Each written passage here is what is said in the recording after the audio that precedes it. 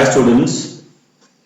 So till now we have already started and we have discussed about the phylum, that is your Hemichordata, where we have discussed about the in the previous video lecture we have discussed. हमने बात किया था हेमिक्वाड्राटा के बारे में, उसके general features क्या हैं और एग्जाम्पल था हमने डिस्कस किया. बालोनोग्लोसस के बारे में हमने पढ़ा और examples in echinoderms also we have also studied that as well. Starfish, sea cucumber, brittle star, sea urchin, इसके बारे में हमने देखा. So in today's video lecture, तो आज हम क्या पढ़ने वाले हैं, हम नया चैप्टर स्टार्ट कर नया फाइलम स्टार्ट करने वाले हैं जो है आपका क्वाड्रेटा, and this is the last phylum in animal kingdom, and this phylum is quite big, so there are many different types of subphylum we need to discuss. Then we need to discuss there are different types of classes. Okay, so first of all we'll talk about Chordata, the phylum Chordata. First of all you need to understand the meaning of Chordata, right? So Chordata मतलब क्या होता है? What do you mean by Chordata? Chordata मतलब the group of animals or the organisms which are kept in this phylum. They must have some special type of characters. So they have some, like if some group of animal, they have some certain characters. Actually we have already determined certain characters for certain group of animals. So for chordates also we have some like certain characters are also already determined. तो हमने पहले से study किया है तो हमें पता है कि ये जो कैरेक्टर्स है अगर ये सारे अगर हमें किसी एनिमल्स में दिखेंगे तो हम उसे किस ग्रुप में क्लासिफाई कर सकते हैं कि क्वाड्रेट में क्लासिफाई कर सकते हैं.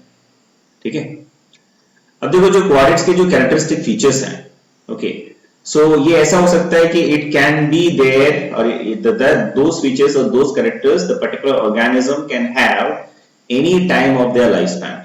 ऐसा जरूरी नहीं है कि वो जो कैरेक्टर्स है वो जीवन भर उनके मतलब लाइफ स्पैन मतलब पूरे लाइफ साइकिल में पूरे लाइफ स्पैन में वो रहेगा, जरूरी नहीं है. ऐसा हो सकता है कि कुछ कैरेक्टर एम्ब्रायनिक स्टेज में है लेकिन एडल्ट स्टेज में नहीं है, कुछ कैरेक्टर्स एडल्ट स्टेज में है लेकिन एम्ब्रायनिक स्टेज में नहीं है, और ऐसा भी हो सकता है कि एम्ब्रायनिक स्टेज में भी जो कैरेक्टर्स है वो एडल्ट स्टेज में भी है. So there are different possibilities, but in every possibilities in all the different cases if the organism is having the defined characteristics or defined characteristic feature of the chordates, then we will consider those animals or we'll keep those animals in the group or the phylum called Chordata. ठीक है, so first point क्या है, the organism which are kept in this phylum they must exhibit some characters in their lifespan. Okay, and it can be any time in their lifespan, किसी भी समय हो सकते हैं, can be in the embryonic stage or in the adult stage. तो वो क्या क्या कैरेक्टर्स है हमें वो देखना है, क्वाड्रेट्स के कैरेक्टरिस्टिक फीचर्स क्या है, राइट? सो सबसे पहले हमें वो देखना होगा कि what are the characteristic feature of chordates, right? So the same point what I have discussed it you can see on your screen right now. The organisms which are kept in this phylum they must exhibit some characters in their lifespan. Okay, that is any time of their lifespan. It can be embryonic stage or और adult stage. ठीक है, तो characters क्या क्या है जिसे हम देख के पता कर सकते हैं कि ये ऑर्गेनिज्म आपका क्वाड्रेट्स है या क्वाड्रेट्स नहीं है. फर्स्ट कैरेक्टर क्या है, dorsal solid notochord. So all the chordates और the animals which belong to the phylum called Chordata they must have dorsal solid notochord. पहले भी मैंने बात किया था नोटोकॉर्ड के बारे में. Notochord is the structure which is providing the framework to the animal body. ठीक है, तो पहला क्या कैरेक्टरिस्टिक फीचर है, डॉर्सल, और नोटोकॉर्ड कहां पे होगा, डॉर्सल साइड में होगा बॉडी में. ठीक है, इसीलिए से आप क्या कहते हैं, डॉर्सल सॉलिड नोटोकॉर्ड. सॉलिड का मतलब क्या है, हॉलो नहीं होगा, बीच में कोई भी हॉलोनेस नहीं है. It's a complete rigid solid structure. जैसे पाइप होता है ना, जैसे वाटर का पाइप, जैसे हम देखते हैं पाइपलाइन में वाटर पाइप जो होता है वो अंदर वो बीच से हॉलो होता है, अंदर से हॉलो होता है, लेकिन वैसा नहीं, solid structure होगा, no hollow, right? So the dorsal solid notochord is the first characteristic feature. Second characteristic feature क्या है, presence of pharyngeal gill slits. इनके पास और क्या होगा, they will have pharyngeal gill slits. This is the second characters. ठीक है, third क्या है? Presence of tail. क्या है? Presence of tail. Then presence of dorsal hollow central nervous system.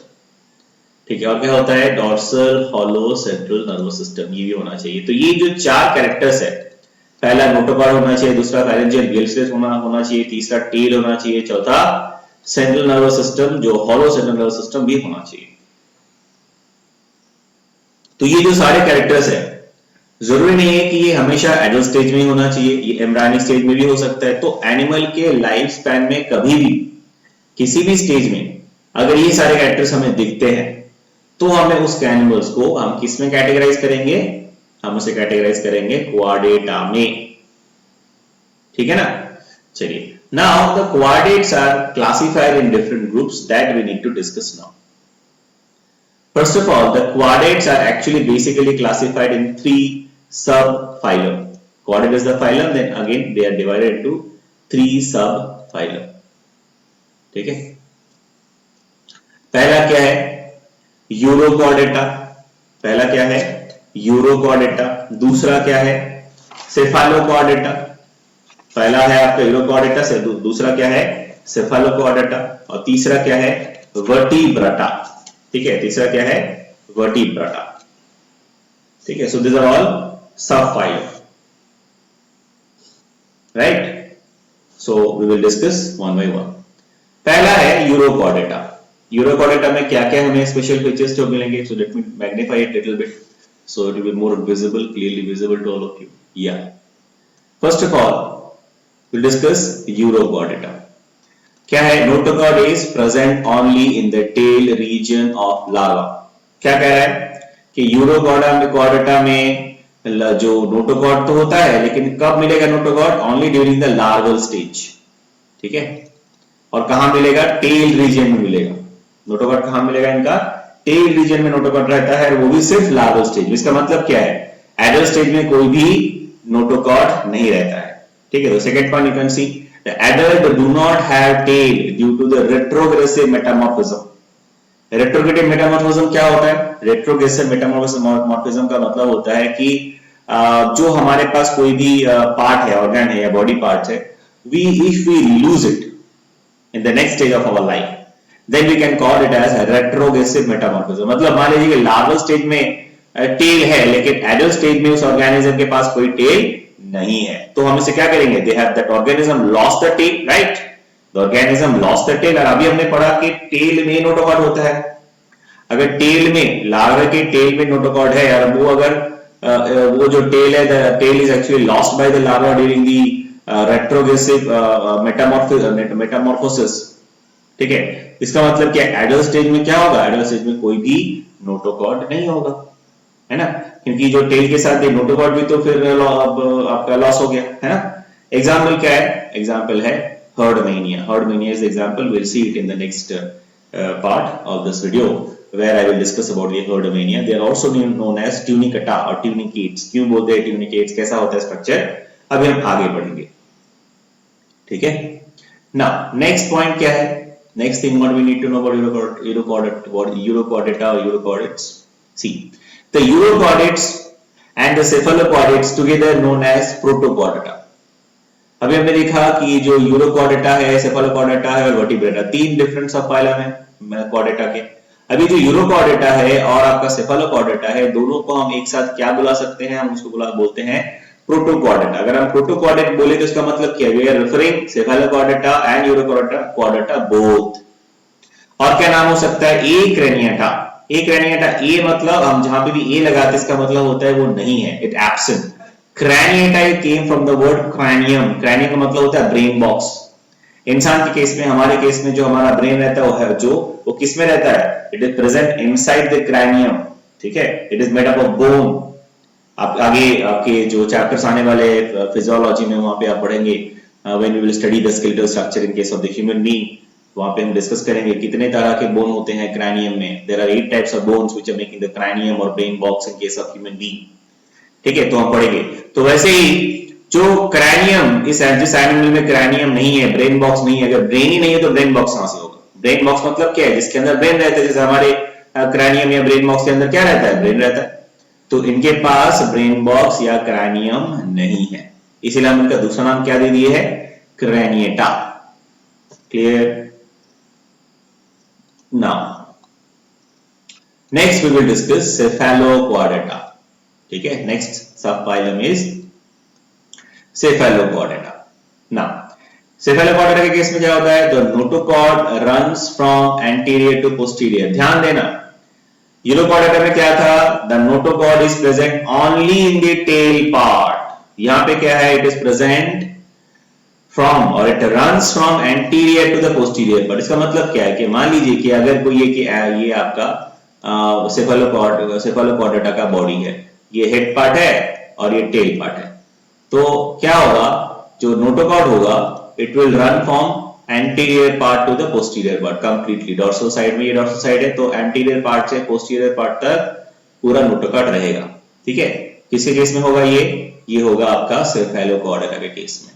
ठीक है, तो सेफेलोक्वाड्रेटा में क्या होता है, the notochord runs from anterior to the posterior end, okay, and it remain throughout the life. देखो दूसरा डिफरेंस क्या है कि it will remain throughout the life, लेकिन यूरोक्वाड्रेटा के केस में क्या था, it is only present in the larval stage, that is also in the tail part, and in the adult stage it lost the tail, along with the tail it is also lost or it also lose the notochord। तो adult stage में notochord यूरोक्वाड्रेटा के case में नहीं होता है, लेकिन सेफेलोक्वाड्रेटा के case में जो आपका जो नोटोकॉर्ड है ये पूरे लाइफ टाइम तक रहता है, through out the life it is present. Example यहाँ पे क्या है, एम्फियोक्सिस, इसके बारे में हम पढ़ेंगे। ठीक है ना, I will discuss amphioxus in detail later part of the video or maybe in the next class if not possible in today's class. Okay, now next the last subphylum that is your vertebrata। अब तो इसमें सबसे important क्या है vertebrata में हमें जानने के लिए, vertebrata में क्या होता है कि in this subphylum the notochord is actually replaced by vertebral column। अब नोटोकॉर्ड के बदले में इन ऑर्गेनिज्म में, ये जो सबफाइलम के अंडर में जितने भी एनिमल्स हैं इनके पास क्या, इन्होंने क्या डेवलप कर लिया, ये और एडवांस हो गए और डेवलप हो गए, तो उन्होंने during the course of evolution they get more advance and more complex and develop. Okay, और उन्होंने क्या किया, नोटोकॉर्ड के बदले में उन्होंने क्या डेवलप कर लिया, वर्टिबल कॉलम डेवलप कर लिया। और वर्टिबल कॉलम में क्या रहता है, it is accommodating the spinal cord. ठीक है ना, हमारे केस में स्पाइनल कॉर्ड होता है which is connected with the CNS, that is central nervous system, that is your brain। Actually spinal cord is also the part of the CNS, so it is complete structure which is connecting the brain and the spinal cord which is helping। okay, और वो spinal cord कहां पे रहता है, vertebral column के बीच में रहता है। so वर्टिब्रेटा, इसीलिए हम इसे ये ग्रुप के एनिमल्स को कॉमनली क्या बुलाते हैं, वर्टिब्रेट्स और वर्टिब्रेटा। तो नोटोकॉर्ड क्या होगा, notochord is replaced by vertebral column. Notochord क्या किससे रिप्लेस हो जाता है, वर्टिब्रल कॉलम से। ठीक है, वर्टिब्रेटा आल्सो नोन एज क्रैनिएटा। अब पहले हमने क्या पढ़ा था, ए क्रैनिएटा, भी क्या है, क्रैनिएटा। इसका मतलब क्या है, इसमें ब्रेन बॉक्स है, इसका मतलब क्या है, the brain box is present in case of Vertebrata, so that's why we can have और we can call them as Craniata. क्या बोल सकते हैं हम इसे, क्रैनिएटा बुला सकते हैं उनको। समझ में आया? Now next we'll discuss the next part। now the vertebrata is further divided into again two groups। first is Anathostomata, second is Gnathostomata। पहला क्या है, Anathostomata, दूसरा है Gnathostomata। vertebrata को हम अगेन डिवाइड कर दिए दो ग्रुप में। अब Gnathostomata का मतलब क्या है, माउथ विदाउट जॉ। ऐसे एनिमल जिनमें ब्रेन बॉक्स तो है, माउथ भी है, लेकिन जॉ नहीं है। ठीक है ना, तो the animals which are not having jaws they are called Agnathostomata और एनाथोस्टोम्स। और जिसमें जो एनिमल्स में जॉ है माउथ में, उन्हें हम कहते हैं नेथोस्टोमाटा। तो पहला ग्रुप क्या है, Agnathostomata, without the mouth without jaw. ठीक है, और उसमें हमें एक ही क्लास हमें मिलता है, only there is single class under this, that is cyclostomata. ठीक है, सो साइटोस्टोमाटा जो है इसके अंडर क्लास है। और एग्जांपल क्या है, petromyzon. What is the example, example is petromyzon. Okay, so later part when the vertebrata will come, when the classification of vertebrata will come, I will discuss the cyclostomata, I will show you the diagram, and also will discuss about the example, that is your petromyzon as well. Fine. Now the next one, that is your gnathostomata. Now the gnathostomata, let me just magnify it further. That will be much better, more visible. Yeah, more clearly visible to all of you. I think it is visible to all of you. Yeah. Now gnathostomata is again divided into two further classes. Okay.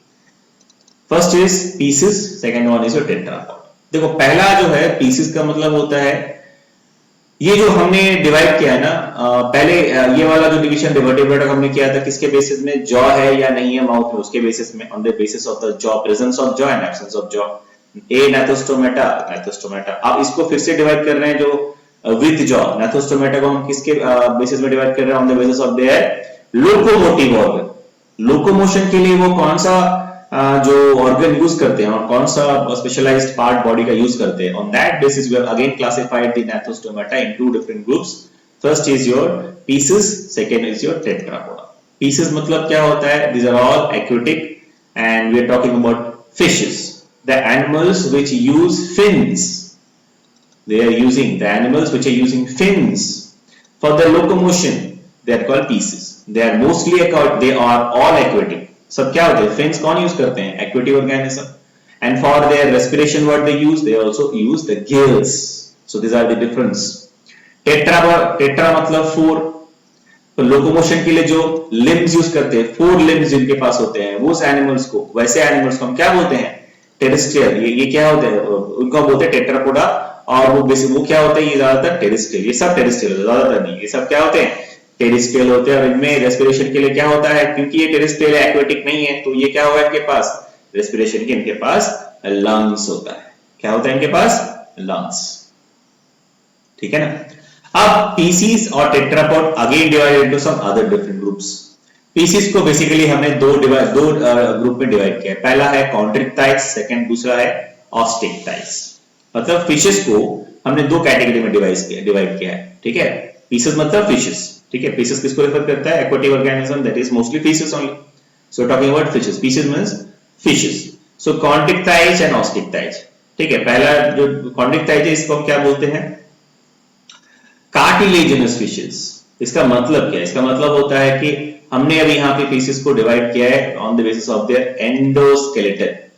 So in case of the fishes which are having endoskeleton made up of cartilage only, example shark, dogfish, scoliodon, right?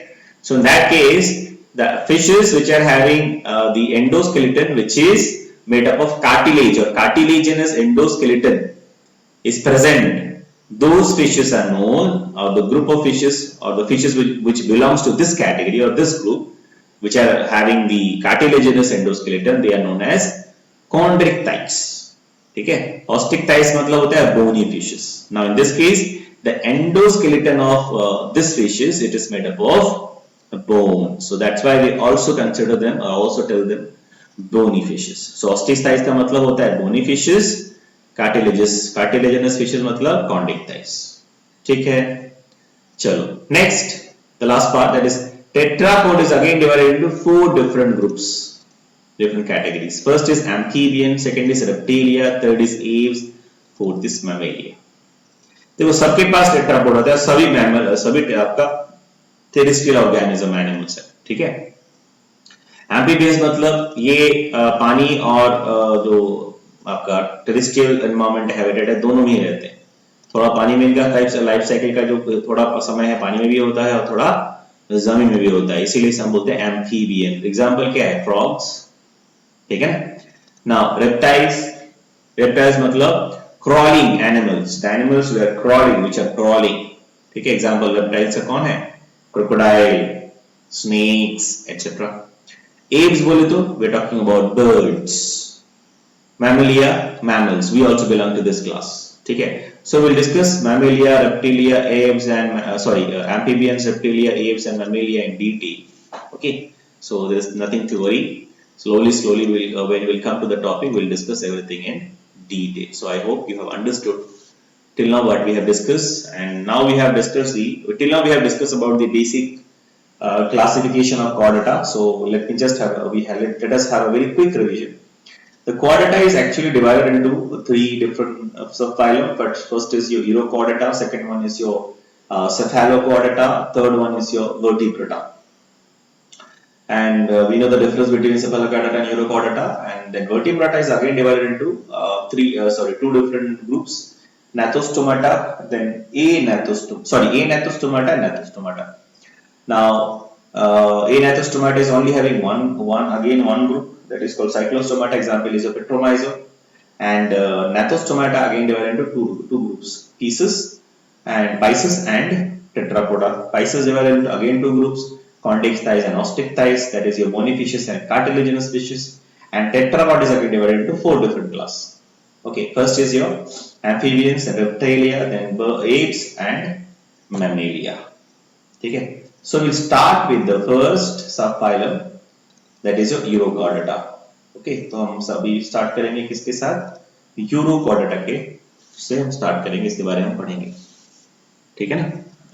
Now, urochordata is a subphylum. Now, notochord. इनके case में क्या होता है? Notochord is only present in the larval stage. हमने पहले ही पढ़ा. Notochord कब रहता है इनको? सिर्फ larval stage में. वो कहाँ रहता है? वो भी tail region में रहता है, ठीक है ना? कहाँ रहता है? Tail region में रहता है. और due to the retrogressive metamorphosis क्या होता है? The tail is lost. हमने अभी देखा. As a result, the tail is lost. The notochord is also lost.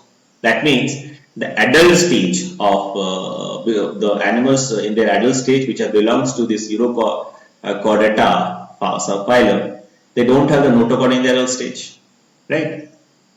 Now, because of the metamorphosis, when the larva changes into adult, it look like a very stumpy-like organism. अब देखो ऐसा होता है क्योंकि ये रेट्रोग्रेसिव जो metamorphism इनमें होता है, इसीलिए they lost certain, and there are some changes happening to their final adult body, and which is looking stumpy, ठीक है ना? Which is looking stumpy, ठीक है? Now the body is having two opening. Body में क्या होता है? Two opening होता है. I will show you the diagram. Then it will be easier for you to understand. Basically they have two openings. Body में क्या होता है? इनके पास two openings होते हैं. And those openings are known as siphon. क्या बोलते हैं हम उसे? siphon बोलते हैं, ठीक है? And the siphon are of two type, namely first is branchial siphon. Siphon actually बोलते हैं siphon and atrial siphon, ठीक है? branchial siphon and atrial siphon. And each opening, मतलब जो branchial siphon होता है और जो आपका atrial siphon होता है, they are actually connected with the sac-like structure internally, ठीक है? तो उनका जो बॉडी, उनका जो ये जो स्ट्रक्चर होता है siphon, it is connected with the sac-like structure inside. तो अंदर में ये क्या होता है ना, sac-like structure से connected होता है, ठीक है? मतलब जो बॉडी के अंदर जो होता है स्ट्रक्चर, वो it is having a sac-like structure. Fine.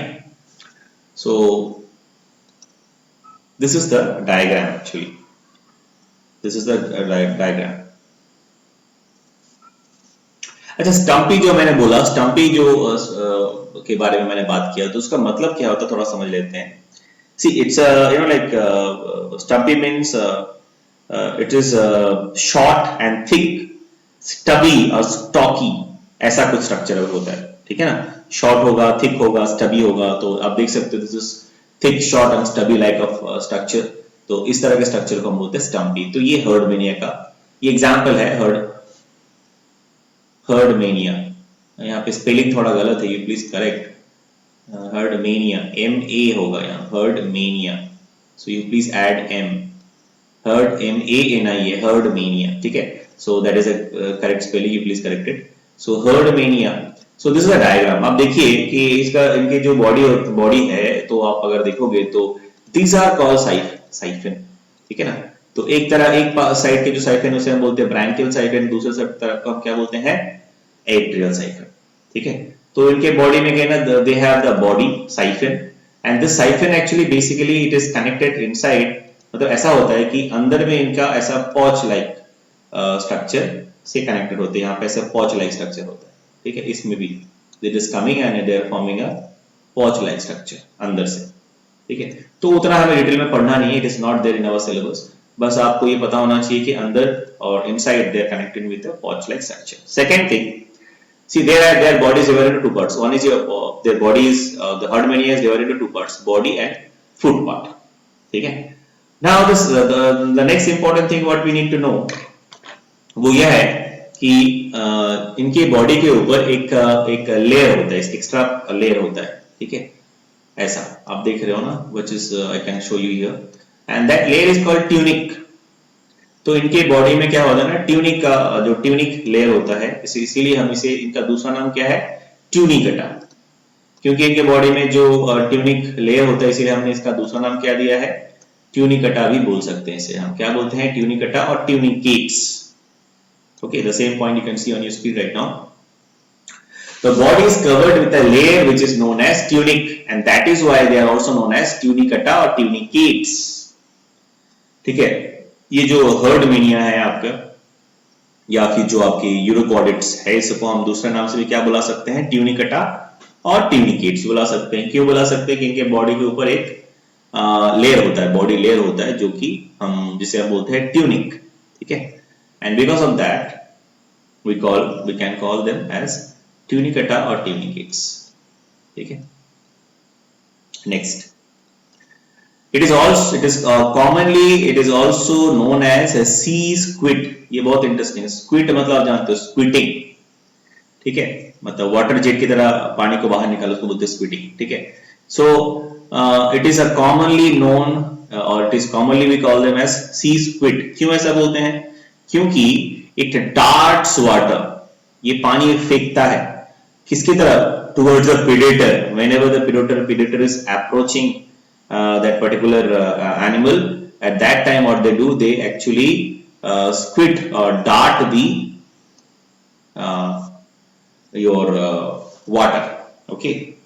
So they dart, or actually they are actually throwing this water towards the predator when the predator is approaching,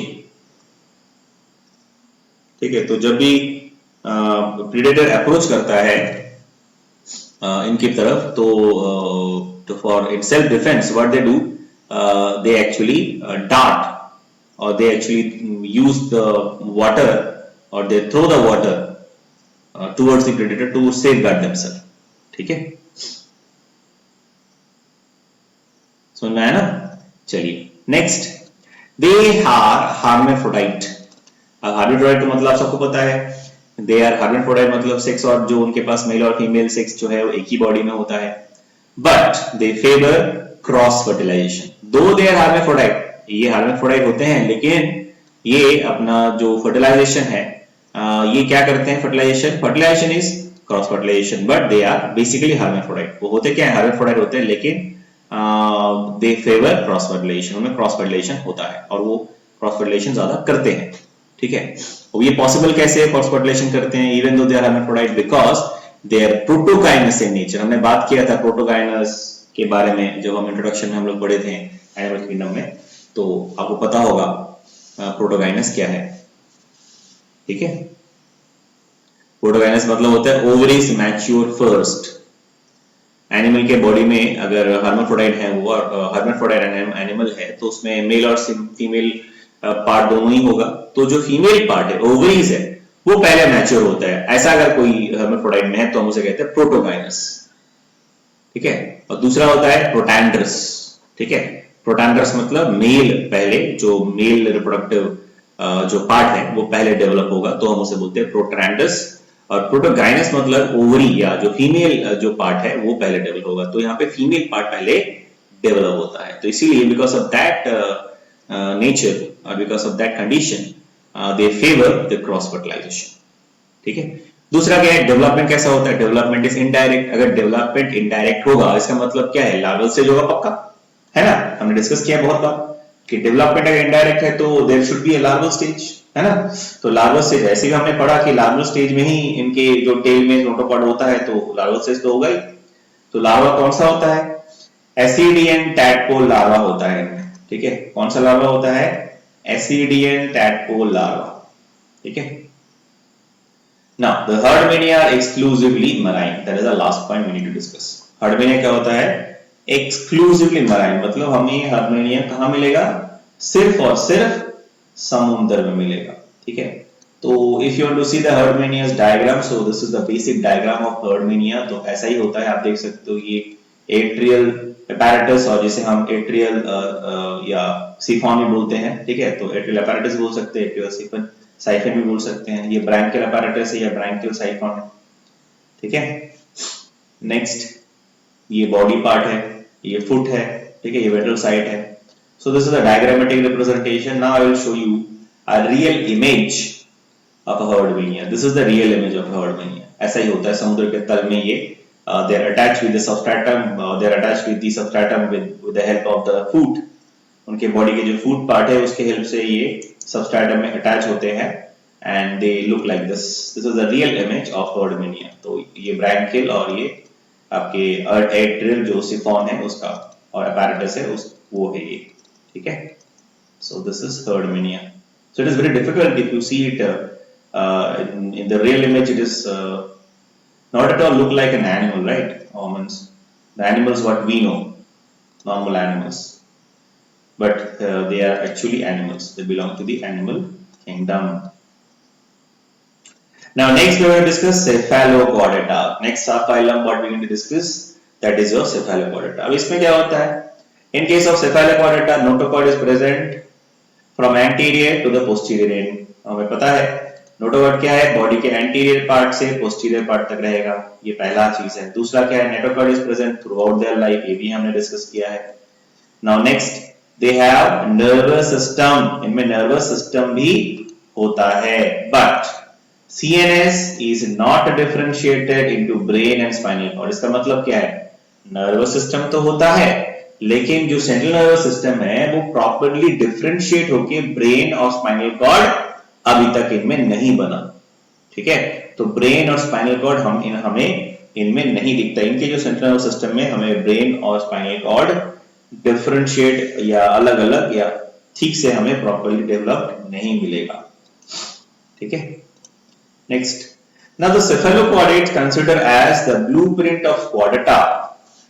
blueprint का मतलब तो क्या होता है? मतलब जो क्वाड्रेट्स के कैरेक्टरिस्टिक्स है वो ज्यादातर ये अपने लाइफ टाइम में शेयर करते हैं क्वाड्रेट्स के साथ। मतलब क्वाड्रेट के जितने भी कैरेक्टरिस्टिक्स है वो सब इनमें होते हैं, ठीक है। They are sharing it throughout their life. But ऐसा हो सकता है कि लार्वा स्टेज में कुछ है, एडल्ट स्टेज में कुछ है, या फिर throughout the life also they have some characteristic feature which is common with the vertebrates also, है ना। सो इसीलिए हम इसे जो क्वाड्रेट्स है उसका हम ब्लूप्रिंट भी कहते हैं, ठीक है ना। एग्जांपल एम्फिओक्सिस, जैसे पहले हमने हर्ड mania का एग्जांपल लिया, उसके बारे में पढ़ा, तो हम वैसे ही अभी हम पढ़ेंगे एम्फिओक्सिस के बारे में। सबसे पहले एम्फिओक्सिस है क्या? How it looks.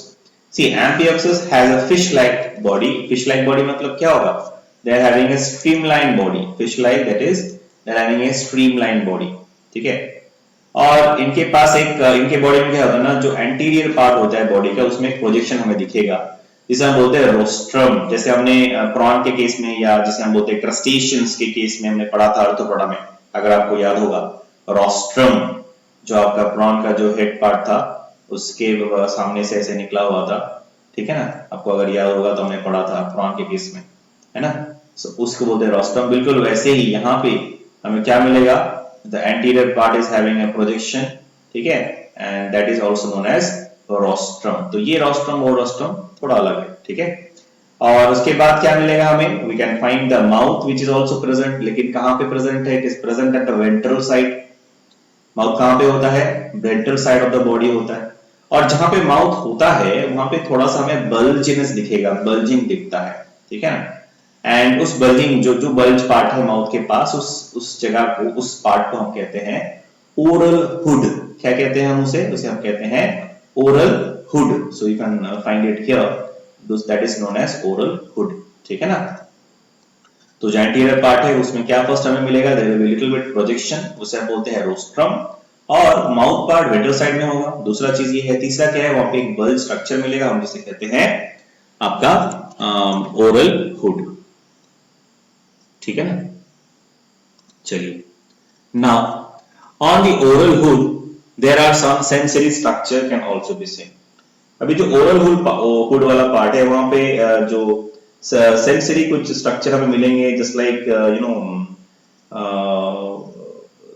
Just like some cirri like structures, ठीक है, उसे हम बोलते हैं सेंसरी और ओरल किरी, ठीक है ना। So there are some sensory structure also can be seen, those are called oral cirri, you can see here oral cirri, ठीक है। The sensory structure are known as oral kiри. On the oral side or oral hood there are some sensory structure known as oral kiri, ठीक है। Now dorsal solid notochord is present. क्या होगा? dorsal solid notochord रहेगा, ठीक है। कहां से रहेगा? anterior to posterior side, मतलब anterior part से लेके पूरे posterior part तक रहेगा, all along the length of the body, ठीक है ना। So in the diagram it will be more clear. First of all let us discuss the point, then I will show you the diagram as well. And again I will have a very quick revision. So first you listen. और क्या होगा? They also have fins. इनके पास क्या होता है? Fins होता है। 3 fins होंगे। फर्स्ट जो सबसे बड़ा फिन है बोलते हैं डॉर्सल साइड में जो रहेगा उसे बोलते हैं dorsal fin. Then they also have ventral fin, लेकिन जो वेंट्रल फिन होगा वो कंपैरेटिवली छोटा होता है डॉर्सल फिन से। उसके बाद क्या होगा? Tail is also having a fin, हाँ, सो उसे हम बोलते हैं टेल फिन, और क्या बोल सकते हैं? कॉर्डल फिन, ठीक है। टेल फिन भी बोल सकते हैं, कॉर्डल। तो इनमें क्या क्या फिन होता है? डॉर्सल फिन है, वेंट्रल फिन है, कॉर्डल फिन या टेल फिन भी होता है, ठीक है। And they have 26 pairs of gonads. इनके पास कितना गोनाड्स होता है? They have 26 pairs of gonads. That is also I will show you the diagram in the diagram as well, okay. Now all along the length of the body we can find some bands. हमें एक band के जैसा structure हमें उनकी पूरे body में दिखेगा, और उसका नाम, वो जो बैंड है उसे हम क्या कहते हैं? मायोस्टोम्स, ठीक है, ठीक है। हम उसे क्या कहते हैं? मायोस्टोम। एक्चुअली मायोस्टोम क्या है? Myotomes are nothing but they are the bands of striated muscles. Striated muscle मतलब क्या होता है? जो मसल्स में लेयर्स होते हैं, बैंड फॉर्मेशन होता है, उसे हम बोलते हैं स्ट्रेटेड मसल। तो जो स्ट्रेटेड मसल्स जो होते हैं उसके जो बैंड फॉर्मेशन है वो हमें दिखता है उनकी थ्रू आउट उनके बॉडी में, उसे हमने नाम क्या दिया है? मायोस्टोम कहते हैं। क्या कहते हैं हम उसे? Myotome. Okay, so here the diagram is it is clear, so you can see the diagram also. And also what they have pharyngeal, in the pharyngeal region they have gills as well, ठीक है। तो हम अभी diagram को थोड़ा फिर से पढ़ेंगे और थोड़ा चीजों को थोड़ा सा फिर से समझेंगे। So this is the body which is fish like, that means they are having a streamlined body, है ना। fish like streamlined body है। अगर आप देखोगे ध्यान से तो anterior part में यहाँ पे आपको थोड़ा सा एक प्रोजेक्शन दिख रहा होगा, so that projection is called rostrum. Then you can find a small bulge at the mouth part, जहाँ पे माउथ है वहां पे थोड़ा सा बल्ज पार्ट दिख रहा होगा आपको, इसी को बोलते हैं ओरल हुड। फिर आप देख सकते हो कि यहाँ पे फ्लैजेला लाइक आपके लाइक स्ट्रक्चर आपको दिख रहे होंगे, फाइबर लाइक्स, ठीक है, उसे हम बोलते हैं ओरल किरी। ये सेंसरी स्ट्रक्चर है, ठीक है। Then you can find in the red color, you can see this is the notochord which actually spread from the anterior part to the posterior part all along the length of the body, ठीक है। Now we can find the fins. So the fin what is present in the dorsal side, the bigger one, that is called dorsal fin. So you can please correct the spelling D-O-R-S-A-L, dorsal, ठीक है ना। तो यहाँ पे spelling थोड़ा सा ठीक कर लेना, ठीक है। This is dorsal,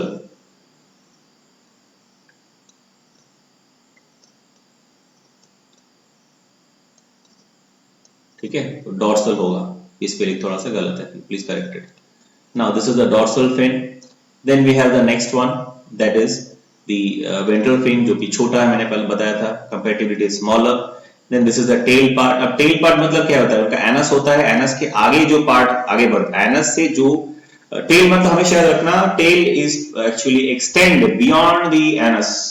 एनस से आगे जाएगा जो पार्ट, उसी को हम टेल बोलते हैं, जो कि बैलोनोग्लोसस हमने पढ़ा था उसमें नहीं था, लेकिन इसमें है। तो इसमें टेल पार्ट है which is actually extended beyond the anus. And that part is having again one fin, and that is called caudal fin or your tail fin, ठीक है। Now here you can see the gonads. ये आपको जो दिख रहे हैं ये gonads है। इसमें हमने यहाँ पे 26 नहीं बनाया है, बट कितना होता है इनके पास? 26। और यहाँ pharyngeal part में इनके पास gills भी होता है, ठीक है, यहाँ pharyngeal region में। Now these are bands, what we can see. These bands are made up of like striated muscles, and these are called myostome, ठीक है।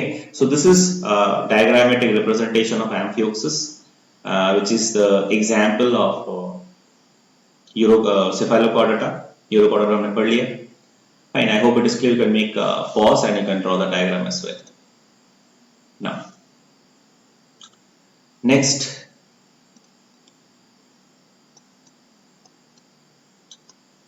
we need to discuss, that is vertebrates. We'll discuss about the vertebrates. Next, we'll talk about the vertebrata. And for vertebrata, I need to show you one, and I will discuss the vertebrata with you. So in case of vertebrata, first of all क्या होता है, सबसे पहले हमें क्या जानना है कि जो आपके vertebrata होता है, इसका मतलब क्या है सबफाइलम का, कि इनमें जो है they are having the difference between the vertebrata and these other classes, other subphylum is this. The vertebrata, it is the notochord is replaced by vertebral column. सबसे पहले तो ये difference है. दूसरा क्या है, इनके जो बाकी जो characteristic features हैं हम discuss करेंगे. So I think today I will not discuss it. In the next video lecture, we will discuss about the vertebrata as well, and detailed discussion will be done in case of vertebrata, and we will see the vertebrata in detail. And then we will study the vertebrata also in their other divisions, other groups, which is vertebrata is divided into some other groups. That also we need to study in detail. So till then, you please take care and properly you listen to the videos and make your notes. And if you have any queries, so please ask in the groups. Thank you. Take care.